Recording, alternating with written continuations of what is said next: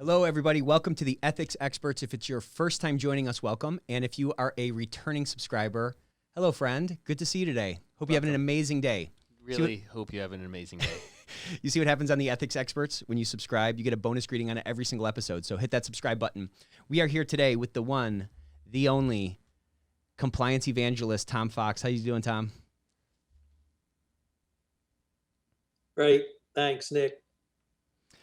Super excited to get you on to talk about your new book, the update to your book, the Compliance Handbook. You're somebody who anybody in the compliance game should know. If they're not, they need to wake up from their Rip Van Winkle sleep and get to know you, because you are really, you take that title seriously of being the compliance evangelist. You put out so much content, so much actionable information for folks to really elevate the profession. People throw that term thought leader around a lot. You're somebody who's actually earned it and lived that out.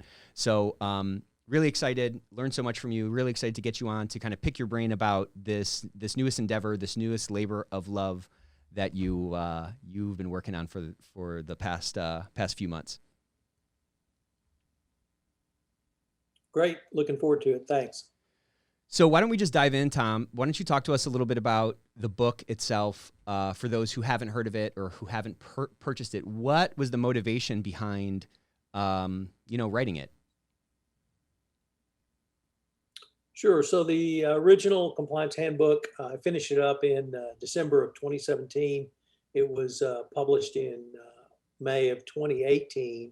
Since that time, there have been some very significant developments for the compliance practitioner. We had the 2019 evaluation of corporate compliance documents or corporate compliance programs released by the Department of Justice. We had in June of 2019, OFAC released its compliance framework. In July of 2019, we had of 2018, we had the evaluation of corporate compliance programs from the Department of Justice Antitrust Division. And then in June of 2020, we had the Department of Justice's update to the evaluation of corporate compliance programs. So we had 4 documents about what constitutes a best practices compliance program with a little bit different focus in each. So we needed to update, or I needed to update the handbook based around this new information. 2020 was the #1 year for FCPA enforcement actions. Yep. With some very, very large cases. So I needed to incorporate that. There'd been a pretty big shift over from 2017 to 2020 around not simply the use of data or data in compliance programs, but the use of data by the compliance professional. And so that needed to be updated, I thought, as well. And then other developments, both in terms of enforcement actions, the international scope of compliance and international anti-corruption enforcement actions, as well as just new commentary that I needed to put out. So I wrote it last year and have a thrill to be published by LexisNexis, who is the leading publisher of legal treatises, and they wanted to open a compliance part of their library. So they invited me to become their first author with a compliance perspective. And so this book is being published by LexisNexis, and I'm going to update it every year going forward through my relationship with LexisNexis. So hopefully it will be out by the end of this month, the end of June 2021. And hopefully that compliance professionals will find it useful. That's great, Tom. I'm not sure whether I should congratulate you on getting published by LexisNexis or congratulate them on getting you onto their platform. It's a big win for LexisNexis. And it's cool that you're going to be updating this annually because as you were going through all of that, I was like, well, it just feels like this profession of compliance, the pace of change is accelerating. Right. There are more organizations and regulatory agencies speaking into it. There's more dynamism that is being expected of companies on this front of compliance and ethics. So I'm really excited to keep getting those annual updates. Do you feel like it's accelerating, Tom? Do you feel like the pace of change is coming faster? Well, I can just really stick with you guys, Gio, and think about the changes really since you guys have come in full force in, I think, 2019. and the changes not only in compliance line, but the changes your clients have expected, Yep. the changes the regulators have talked about, the trends you guys saw in the 2021 benchmark report you recently released, and the use of data analytics has really driven the compliance profession much faster during the pandemic than probably any other thing. And now we're talking about ESG. Right. So the dynamism of change seems to be the only constant. Yeah, and your update, sometimes these people put out new editions and there's really they just change the foreword. To your point, like over the last few years, you listed off a handful of these new pronouncements, these new pieces of guidance that these different regulatory bodies and agencies have put out. To your point around that rate of change, how much updating did this edition have relative to the original piece? This edition had about 40 to 45% new material in it. Wow. And it was really driven by those 3 documents released in 2019, and then the update released in 2020. They put not a whole new spin, but you could see how the DOJ was refocusing their efforts. And I mean, if I could really point to one overall, I guess 3 overall themes. One is I talked about data. Yep. And in the 2020 update, the Department of Justice made it clear that the compliance profession must have access to all data lakes within a company. Mm-hmm. And if they don't, they have to explain why. 2, they moved from the risk assessment, which is the foundation of every compliance program, being done every 2 or 3 years, to an almost continuous risk assessment process, or at the very least, when your business or risk change, you need to reassess your risk. And last year, everyone's risk changed because we were all in a pandemic lockdown. And now we're coming back to the office, so our risks have changed again. But then they connected your risk assessment to 2 concepts I don't think many people had really thought about before, which is continuous monitoring and continuous improvement, so that your risk assessment informs the changes that you may need to make. And then from there, you continually monitor those changes and use the information or the data generated by that monitoring to update your compliance program. So I almost see it as a straight line now, from risk assessment to continuous monitoring, to continuous improvement. And then the third thing that was really didn't change, but once again, a re-emphasis by the Department of Justice was in the 2020 update, the compliance profession, compliance and ethics, I think is seen as, in many ways, the heart of a company's culture. Yeah. And leading that discussion. Well, the DOJ made clear they expect compliance to lead the discussion for institutional fairness and institutional justice.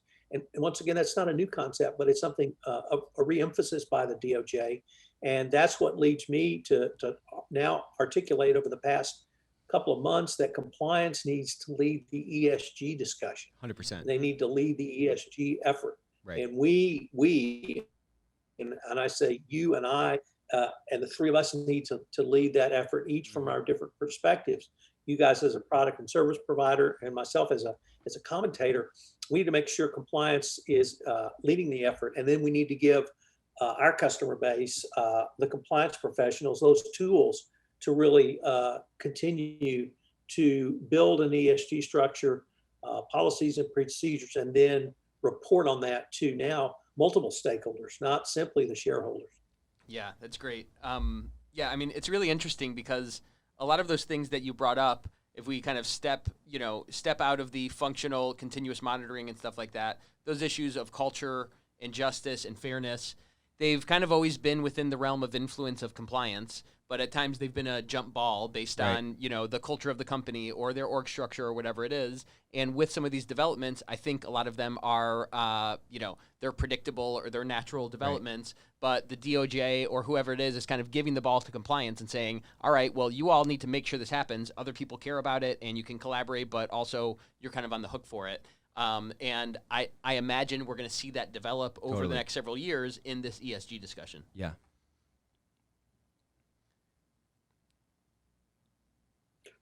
Absolutely. And probably a little bit before you guys really came onto the scene with Compliance Line, the hotline was really seen as just a tool to help either detect or prevent wrongdoing. Right. And if you didn't have any hotline calls, well, you must be in compliance.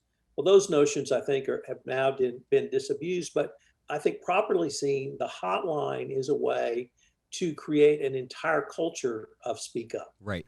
Hotline can be one tool, one part of your speak up, but you not only have to allow people to have a safe place to speak up, you have to listen to them. Yeah. Whether that listening is their immediate supervisor, whether it's a manager, whether it's a CCO or person who receives the hotline information, Yep. and then you have to action that information. You have to investigate if appropriate. You have to counsel if appropriate. You may have to remediate it if appropriate. But it's that entire movement from, well, we've got a hotline that people can report legal wrongdoing to. This is the basis of how we create a speak up culture in our organization that allows people a safe place to speak up, allows someone to hear it, and more importantly, someone to listen to it, and then someone to do something with that information. Yeah, and to your point, communicate that back to folks so that they see that when they stepped out on that ledge to raise their hand and speak up about something, that the company actually cares about it and they're doing something about it, and they can see those changes happen in policies or someone moving to a different position or some kind of training or something, right? It's just such an opportunity as we get into this Compliance 3.0 for us to really kind of lever up the crowdsourcing of risk management in our organizations. And to your point, if that hotline or these other tools, whatever we have in place or have put in place to help us manage risks, if we can use those things a little bit differently and help drive some different behaviors, we can really start to create massive leverage within our organization from a risk mitigation standpoint. And so, Nick, you said something there that I want to pick up on, because you guys are not lawyers. You didn't start out in the compliance profession. You bring a different set of eyes and different set of ears, a different set of experiences to compliance. Yeah. And you just mentioned crowdsourcing. Well, 5 years ago, if you'd said, well, we're going to crowdsource our compliance program, I don't think you'd have been laughed out of the room. People would have said, WTF? Yeah. What are you talking about? This is written by lawyers for lawyers, and we'll tell you what to do. Right. And then we'll tell you how to respond. And the thing that you guys continually talk about is unleashing the potential of your employees.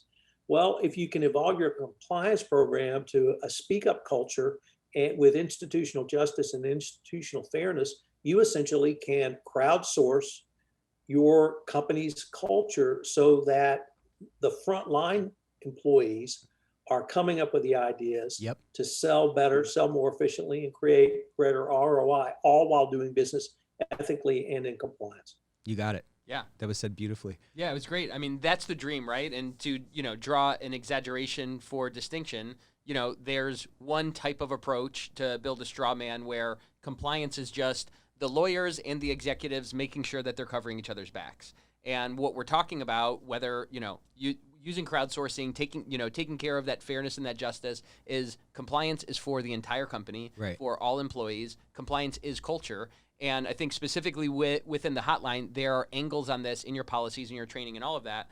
But the hotline has this really big opportunity to transform the usefulness of it right, from it's a comment box that some people, say when these really massive things right, come up, and hopefully they tell us before the journalists, turn it into your direct line to using all the humans in your organizations right, as sensors. That's right. And those sensors are not going to just be letting you know when there's a massive fire and everything's burning down, but they're going to be giving you hints, and they're going to be giving you indications, and they're going to be giving you ideas. And this concept of a hotline, which you should integrate with your web form and your intelligent app and whatever it is, can be your way to use your humans throughout your organizations as sensors, and not just be doing that continuous monitoring from I'm monitoring my emails and, my security and things like that, but my whole team is monitoring how we're ethically going about this business.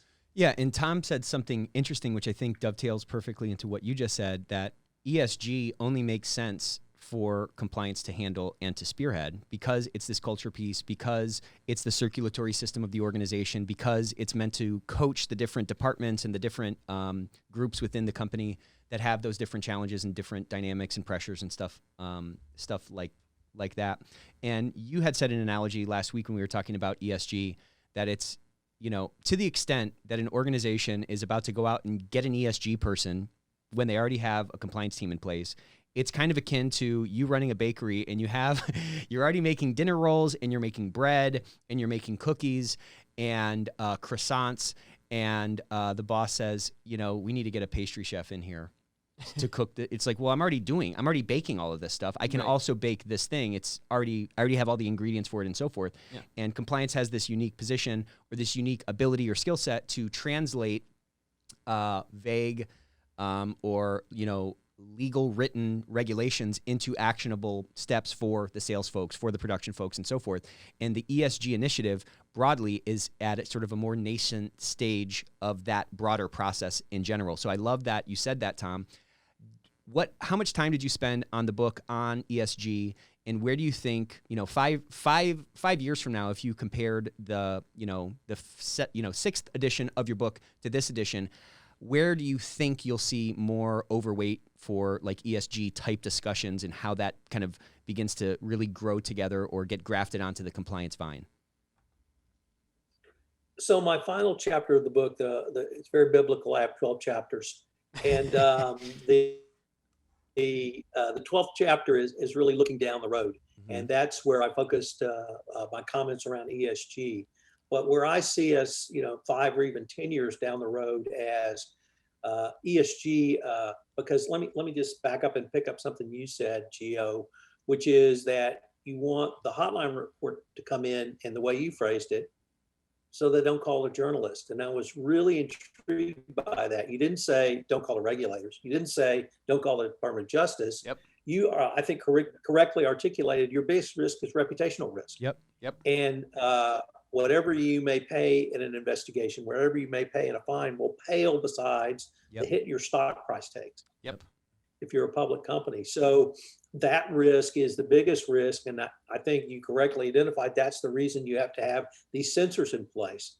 Because if your consuming public or even the greater public gets wind of something on social media, your stock could literally go down 20% in one day. Yep. It may come back up, but for that day, it's pretty tough for anybody who had to sell. So you're absolutely right. And that's why we can use the tools, starting with a hotline, moving to a speak up culture, moving to a culture that takes the information the sensors bring and crowdsource that into greater business efficiency, with compliance leading that effort in ESG. And ESG, I come from Houston. Last week was a huge week for the energy industry with the 2 events. The first was the Exxon shareholder essentially revolt by voting in 2, perhaps 3 board members who are going to seek carbon neutrality from Exxon. You have to listen to your shareholders. Yeah, right. And to think about that, to actually vote down a board's ballot for board of directors ballots for new board members, you have to have some very upset investors, because that's typically not something investors do. And this is a long-term play by the investors, and Exxon refused to listen to them. And they got spanked, and they got spanked very publicly and humiliatingly as well. So you have to listen. And that's what ESG, and that's why compliance is so critical, because in compliance, we're about transparency. Mm-hmm. We're about documenting, or in my case, document, and then being able to show that documentation to a regulator, to a shareholder, to a stakeholder, or to an employee, to demonstrate that you're not only in compliance, but you're acting in good faith and you're really moving the ball forward. So when you couple that with the data that really accelerated with data analytics, I think compliance is uniquely suited to be able to look at that data from a very macro view, to see big trends, to see anomalies, and step in and correct something before as a journalist finds out about it or a regulator finds out about it. Yeah. And that journalist piece is just shorthand for all the other ways that people can report this, right? Your employees, a bunch of them are going to have Twitter, a bunch of them are going to be on their Facebook, a bunch of them are going to, go onto forums and can potentially talk about this. And listen, there are a lot of mistakes people can make with their hotline, with their intake. But I think one of the cardinal sins is not following up on that stuff and not letting employees know that when you speak up here, we take action. And obviously you have to manage privacy and all of that stuff. But if employees think that nothing's going to happen, then they're not going to speak up. If you can get engaged in, you can get employees engaged in the cycle of you spoke, we listened, we took action, everyone's better off. Then you start building that culture, that fairness, that justice that we're all going after. But it's going to come from all angles, right, Tom? To your point, we're increasingly talking about how all of your stakeholders matter, right? Your customers, your suppliers, not just your shareholders. But to your point, Tom, your shareholders can revolt, and they can drive a direct change at your governance level to go in a new direction. And part of what we're talking about, and I think this is part of this new era as compliance kind of grows up and kind of gets to what we've been trying to get to, is not just taking action, but compliance as a role that listens and provides that data, provides those insights to the board and to the other stakeholders to say, hey guys, here's what's really going on. And you can do that a bunch of different ways. And I think you highlight a bunch of things in the book of how compliance can live that out better, not just adjudicating a program, but being interactive, up to the board and across through the whole organization. Yeah, I mean, compliance, when it's working right, is paying for itself 10, 15, 20 times. You know what I'm saying? Yep. In terms of the return that it's generating with respect to cost avoidance, obviously hard to sort of quantify, but in terms of reputational, enhancement, all those kinds of things. Sometimes you don't know when a war starts until like it's over and you can, trace it back to like that first shot that was fired, It's like tensions are rising and then you're like, oh, okay, the war started on this day or whatever. This Exxon thing could be sort of the equivalent in the ESG war, because it could prove to be like, we may look back on this as like, wow, that was really the tipping point or the watershed event where this thing that was talked about sort of conceptually for years, the rubber finally hit the road and, those gears sort of, matched up. And we're going to kind of take this, a lot more seriously now. It's just an interesting dynamic for, the investors of a energy company to revolt to the point of, voting against the board on becoming carbon neutral. It's a big thing. It's a very big thing. And, I think more folks are going to start to see that this actually matters. And as wealth transfers to, generations that care about this stuff more, those people are going to vote with their feet, both in terms of where they're investing and where they're spending those dollars. Tom, you stay up on this stuff really well. Obviously, you put out content every single day. So as all these different documents came out that fed into your update, you were obviously kind of right on the crest of each of those waves. As you pulled all that stuff together for this update, was kind of, as you went through that comprehensive view of it all, were there any surprises or any interesting things that you noticed as you were putting it all together that you didn't maybe notice when a new guidance came out in isolation or something like that? So really, Nick, the biggest thing was the time frame I wrote the majority of the book was I had a lot of time starting March 15, 2020. Yeah. So I started writing then. But what I realized by the summer was the trends that had been sort of percolating in 2018, 2019, they were now not trends, they were tsunami waves moving at exponential speed. And the one I would point to the most or the biggest, because to me it became the most obvious, was data.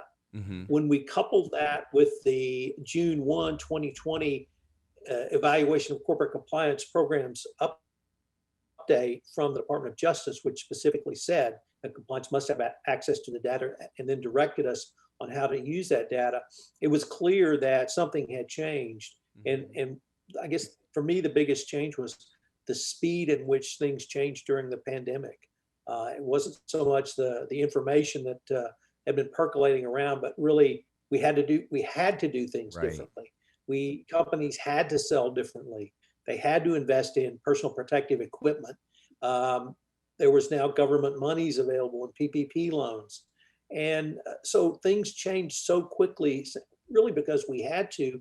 And what you guys do and what Compliance Line does was really on the forefront of that. Yeah. Because you had to sit down and not simply, re-engineer your business, but you had to re-educate your customers because you now have a remote workforce. Mm-hmm. Are you reaching out to them? Are they having stresses? You guys have young kids. Can you run a business? Can you do work from home when you have 3 under the age of 5? Right. or something like that. Or if you want to flip it to if you're the primary care provider for an elderly parent, sort of all of those things. People tell me the biggest challenges they had were not working from home, but kind of everybody getting their own space to work. Right. And even my wife and I went through that a little bit. She didn't want to work at the table, so we had to set her up an office to work. So, those sorts of things really forced us to change, and that change is not going, we're not reverting back. It's not going back. That's Those right. Changes are here to stay. Yeah, I think it's really interesting because to your point about data access, if you're captain of this big ship, you need all of that information on the bridge to make decisions, right? You can't be sending someone down to the boiler room to see what's going on with the engine. Yeah, right. And the DOJ has, officially recognized that, compliance needs to be on that bridge. Compliance needs to be seeing all of this stuff. And I think you make a great point, Tom, that we saw during the pandemic.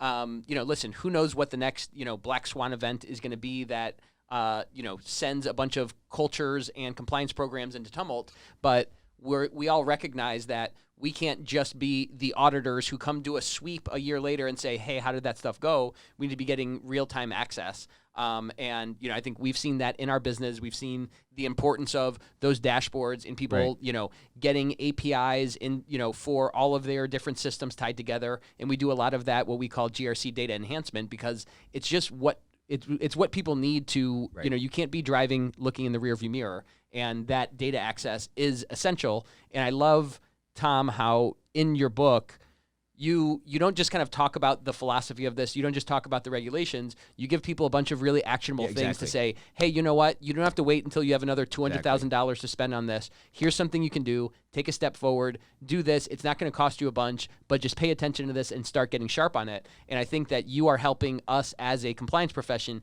get into this continuous improvement mode. Right. Get into this thing of like, okay, I can't just do things how they've been done until I see a big problem. I got to step it forward. And I love how you bring this to practicality because, like you said before, Tom, anybody who's in this profession needs to be contributing to it to help us all lead to this new frontier that, none of us have led in this environment before. Right. And I think that you do a great job as our compliance evangelist, helping us get to that actionability and making thousands of, if not millions of compliance professionals better, because we're all compliance professionals. We are.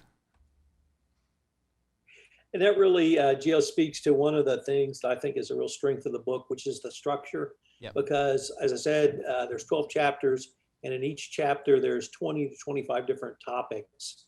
And I take one topic, and then I break it down with 3 key takeaways. So it's designed, basically, you can read one chapter a month. You can read one topic within the chapter per day, and then you're going to get 3 key takeaways that are things you can do at little or no cost to enhance or upgrade your compliance program. It's really designed as a nuts and bolts book so that if you're either starting a compliance program or you're upgrading a Fortune 500 company, this book really gives you the nuts and bolts with the key takeaways in addition to some of the themes we've been talking about on this podcast. Yeah, I think that last mile of moving from the academic principle-based ideas of what compliance should be and actually driving down to, changing the grid on our sandpaper and really starting to refine and move it forward is what we're going to need kind of in this next phase of the game. Because look, everybody's got a hotline now. Everyone knows what policies are. Every legit company has an HR and, compliance, function if it's of any sort of scale or size or something like that. And it's great that the book was already kind of ahead of the curve on a continuous improvement perspective. In the original edition, there's so many nuts and bolts kind of tactics to kind of implement and move forward. Carrying that into this is great. But, as I have conversations with professionals, the broadest, this is a broad brushstroke, of course, but the biggest complaint is like they don't have the resources. They don't have what they need to get the job done to the extent that they believe it should be done. And you know what? You're never going to have enough budget. You're never going to have enough resources. Your to-do list is always going to be long. And so the name of the game is really small, incremental, continuous improvements in your process. 1% a year can turn into 37x in 1% a day can turn into like 37x or something over the year. So that kind of a mentality of like, okay, well, what's something I can do today to solve for outcome, to put something new into place, or work with something that's in place a little bit differently to get that better result. Just the way this book was written from that nuts and bolts perspective is, to your point, very actionable and very implementable, I guess. Yeah. Yeah, and I appreciate you leading us that way, Tom, because it's really, something that we see across the market is, we've been talking about diversity for years, and we've been talking about, climate change for years, and we've been talking about, COVID, it seems like for a decade, but it's really kind of a year. But, we've been talking about this stuff a lot, and there's a lot of that academic, here's how it should be. But at some point, and I think it's on us as compliance and ethics professionals, that rubber needs to meet the road, and we need to say, okay, well, here's what we're going to do to step this forward. Here's what we're going to do to make our workforce more, have more justice in the workplace.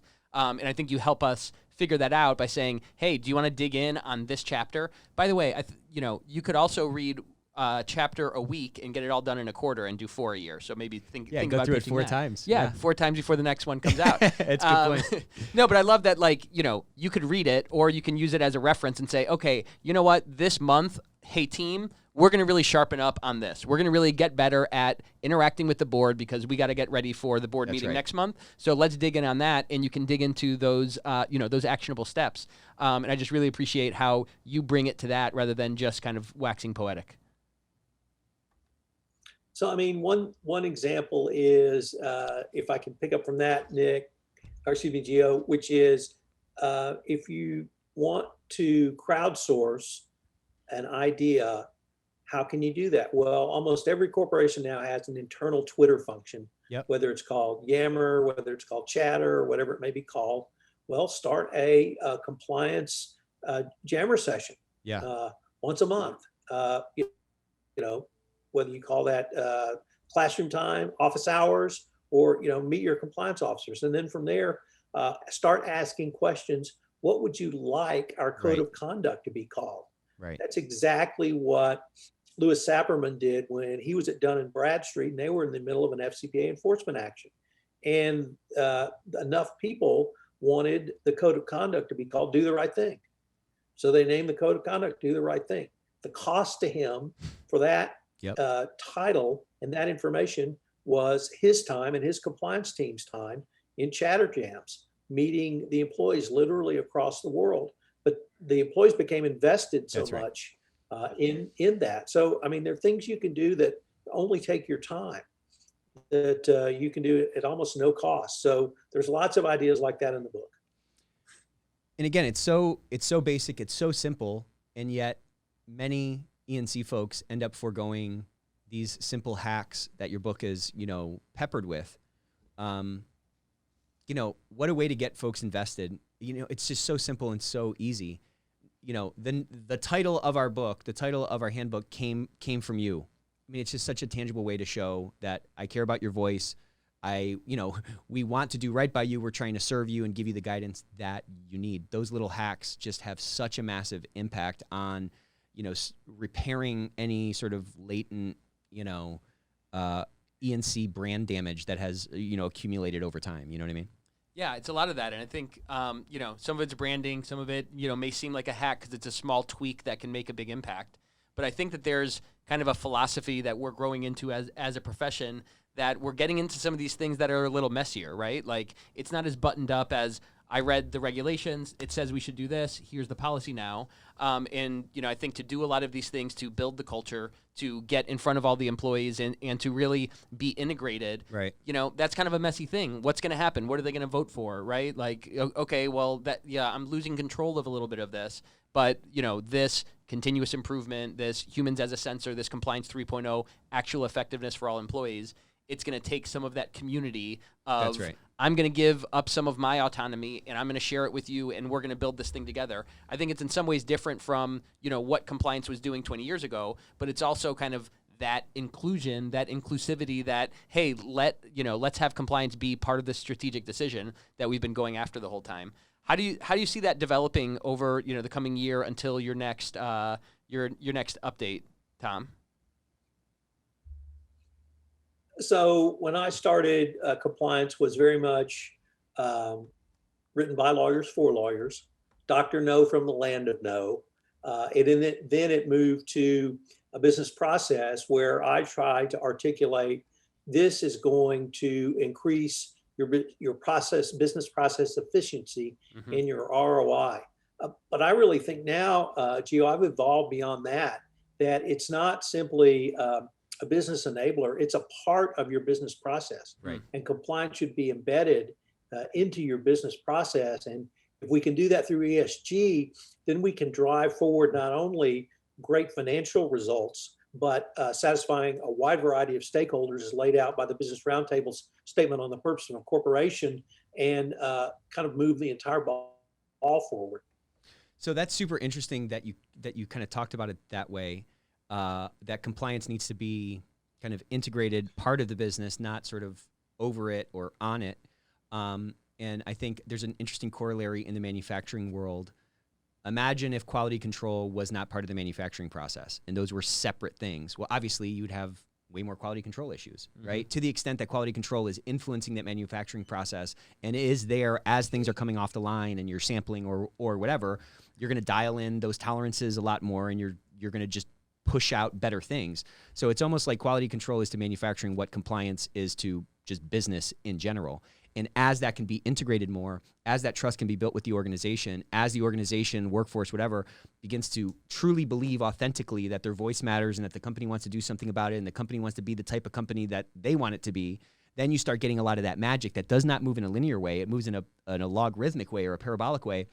You can really start to get some really massive gains. Yes. Absolutely. Absolutely. And if I can, the analogy I use, and we perhaps chided Exxon, but let me point to Exxon for this example. Exxon changed the culture of the energy industry around safety. Yep. And it was because of the Great Exxon example. Valdez. That's right. Great example. And Exxon changed their culture, but they changed everyone else's culture because, number one, they were the leader, but number two, they demanded that from their subcontractors. That's right. And literally everyone in the energy industry now, safety became priority number one. And every meeting opened with a safety minute, and every company I was ever at or attended meetings at, and that was directly as a result of Exxon. And they embedded safety into the culture the way manufacturing uses QA/QC, and that other businesses such that our customers, our clients, are using for compliance as well. That's right.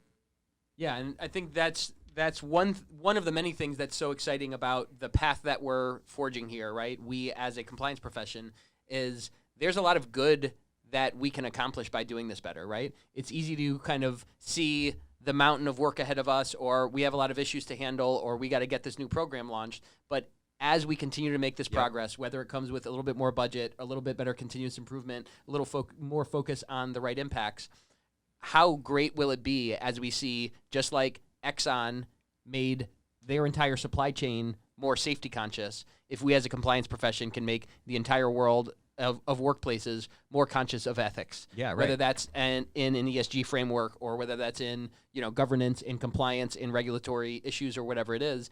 But that's what gets me really excited about the work that we're all trying to do collectively. Is as this happens, yes, you're going to get ROI. Yes, you're going to have a better career and have a bigger position of respect within the organization. Yes, your business is going to be more competitive and you're going to sell better and do things the right ways. But also, people are going to get treated better. Right. And Tom, I think that you've contributed in so many ways in thousands of different things that you do to that progress in this industry. And this as kind of a seminal work and contribution to it in your handbook, I think is really just moving us to the place where I'm confident and excited to see massive transformation in how ethical workplaces are around the world because of this thing that we're all doing in compliance. Well, and it's just a very exciting time to be in this industry because there's so much like actual change going on. Again, we're not talking about, hundredths of tenths of percentage, differences. We're talking about orders of magnitude changes.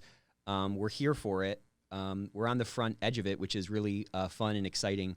And just to kind of, it feels like Lewis and Clark, like we're on this new frontier and we don't know what 10 years from now is going to look like, but we know it's going to be more light bulbs at the top on. There's going to be more leaders of organizations. There's going to be more compliance representation on the executive level or the board level or whatever. Tom, from your standpoint, like I guess what I'm getting at is like this book is not a bunch of navel gazing or rehashing of like well-established principles that there's no material movement on. This is, it's fresh, it's new. There's so much dynamism in our industry right now. If we fast forward 10 years from now and more of those light bulbs are on at the top, or a similar sort of transition has occurred in our broad industry, similar to what we saw in terms of like safety in the energy industry resulting from that oil spill. What do you think that catalyst is? What's our, what's Call to our arms? Yeah, what's our Valdez or whatever? Actually, I think it's going to be the pandemic, because I think we had 5 years of changes in the past year. Yeah. And I think we're getting ready to head into the roaring 20s. I think we're going to have it financially in an investment world. I think there's a huge pent-up consumer demand that's going to unleash over the next 18 months when we can start traveling again and do things. And I think there's literally a worldwide shortage of everything. Yeah, right. Front page above the fold in the New York Times today talked about that. Literally across the world, I think the world is ready for COVID to be, if not beaten, at least defeated, so that we can all move forward. And it's going to create great opportunities, but it's going to create lots of new and different risks. Yeah. So as those risks appear, we have to be nimble enough to evaluate those risks. Simply because something's a risk doesn't mean don't do it. It just means assess the risk and manage the risk appropriately. If it's high risk, put high risk management strategies around it. High risk typically means high dollar value return. So if you can do something and manage those risks, absolutely you can go for it. So I think that the speed of what we're going to have to do is going to increase, but the nimbleness of a corporate compliance function to be a part of that business process, out of the world that you guys came out of, so that we can move more quickly. We can move for opportunities that arise more quickly. Or if we take COVID and the pandemic, we can respond to disruption more quickly. If the Suez Canal gets closed and we lose that shipment of fresh whatever it was, what are all our alternatives? Are they local? Are they Europe? Are they something else? So to be able to pivot and manage both opportunities and disruptions is going to be absolutely critical going forward. Yeah, and in order to do that, the E&C pro of tomorrow has to be a business person first. They need to speak that language of business, or speak those different dialects within these different departments, understand what those pressures are, what those dynamics are, so they can better translate what needs to, whatever's applicable from the regulation in question for that business, translate that into actionable terms for these people to change their behaviors appropriately. And, I was just kind of struck by that as you were talking through those different, that like mosaic of examples, that each one of those takes a sort of a deep understanding of like, well, what's the business need? What is the business challenge that's going on, so that whatever we're prescribing to the organization or to the people in it is going to lead to the nimbleness that we're going to need to continue to perform well over the next, 10 years. Yeah. And as we kind of get toward the end of our time here, Tom, I want to give a call to action to our listeners, because I really think that everybody in the profession should have this book on their shelf. And here's my case for it. We are heading into a time of continued change, accelerated reliance on compliance, which means accelerated importance or risk if we don't get up to speed on it. And what I'm excited to see is compliance leaders be better equipped to go advocate to their CFO, to their CEO, to their board, and say, listen, here's the roadmap for going forward. We don't need this in 2 months, but we certainly need to be here in 3 to 5 years. So I'm going to ask for a 10% increase in budget next year for these things, and then it's going to be 20% over that the next year, and then 50% over that after that, because this is what we need to build whatever. If it's an ESG framework, if it's a DOJ framework, if it's just here's how we define ethics at X company. I think that everyone needs, as a compliance leader, if you want to be ahead of that curve and not get caught on your heels by something like COVID, we need to lead our organizations into how to be ready for that. And I think you give us a ton of frameworks and understanding and background, and then the steps to take action on it, so these compliance leaders can build that roadmap. And I think that that's going to be the way for us to unlock the budget, the access, the data, whatever it is to show our teams the roadmap and say, hey, this is where we need to go over time. And I think your book is especially well positioned to help us pick those spots where we need to strengthen and build it up. So go out and get the handbook. And the ethos of the book itself, again, can help folks who are maybe coming from a limited mindset or a limited mentality with respect to the outcome that they seem to not be able to achieve. It can reframe what's possible for them to do that internal leadership and that internal persuasion, so that there's a little bit more, like the argument that's made as you're lining out your 5-year budgetary plan. It can be more persuasive. It can be more, there's more, confidence behind it, because you're leading from the front. You're being proactive with respect to the direction that the program needs to go, instead of, to your point, being on your heels and saying, "Oh yeah, we need a policy management solution." Right. And I need that, this year. Yeah. You can begin to really lay that groundwork to ascend your department or your function to that new level. Mm-hmm. So, what do you want to wrap up with, Tom? Any parting words or any reactions? So first of all, I want to thank LexisNexis for publishing my book. It's going to be available at www.lexisnexis.com/Fox. Cool. So pretty straightforward for you to order it. If you buy one and you want to get it autographed, you can mail it to me, and I'd be happy to autograph Very cool. it. And frankly, now you guys have got me fired up for the next revision. All right. And where we're going to take the compliance and ethics function, literally not just next year, but maybe 5 years down the road. So I think we've got a lot of great opportunities for all of us. I love it. So if you don't follow Tom, get a computer and do that. Follow his podcast. I mean, there's really nobody who puts out more actionable content than you do, Tom. And just getting to know you over the last couple of years has transformed my view of this industry and the opportunity in it. Mm-hmm. And I'm just, it's just exciting to be at the forefront of this expedition with you. Yeah, so thanks for joining us, Tom. Thank you for all your contributions to this profession. Like I've said, I think the world is going to be a better workplace because of the work you do and the way that you empower and educate compliance professionals. And everybody who's listening, go out there, keep doing what you're doing. I'm so proud to be part of this profession. I'm so proud to have the people around us who are working toward this, and just know that there are a bunch of people like Tom that want to see you succeed, that have great insights for you, and you can continue to get them here on the Ethics Experts podcast, on Tom's Compliance Podcast Network, and everywhere on LinkedIn from this group and others. So thank you so much, Tom, for joining us. Any parting words for our audience? I'd love for you to buy the handbook. Yeah. You buy the handbook, get your company to pay for it, whatever, but I just can't imagine a legit E&C function that doesn't have this book on its shelf. You know what I'm saying? So, all right. Thank you all for joining us. Until next time.